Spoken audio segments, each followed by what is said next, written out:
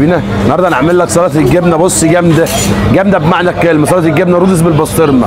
لازم ابص بالبسطرمه. ليه؟ التست بتاعها اجمد حاجه. هتنزل هنا بطماطم بالصلاه على النبي. تنزل هنا بخيار بالصلاه على النبي. بص تنزل يا باشا بالجبنه معاك اهي. تنزل بالجبنه معاك اهي الصلاه على النبي. بالمنظر ده كده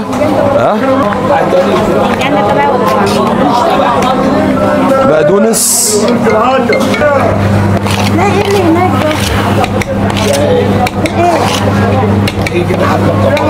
هنتبلها هنا بقى. بص بشويه كمون كده حلوين، شويه شطه بسيطه عشان تخليها حرشه معاك، نسبه ملح بسيطه وما تكترش ملح. الجبنه دي مش محتاجه غير طحينه بيضه، ما بتحتاجش غير طحينه بيضه بالمنظر ده. قلب بقى كل الحلويات دي بالصلاه على النبي.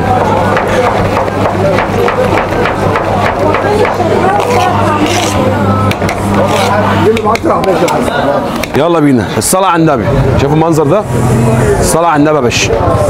صباحك ابيض يا باشا، صباح الفل. الصلاة على النبي.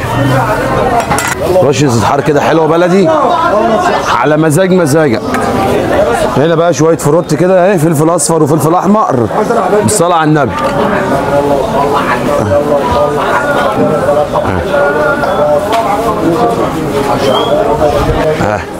السلطه دي موضوع في حته تانيه خالص. الصلاة على النبي.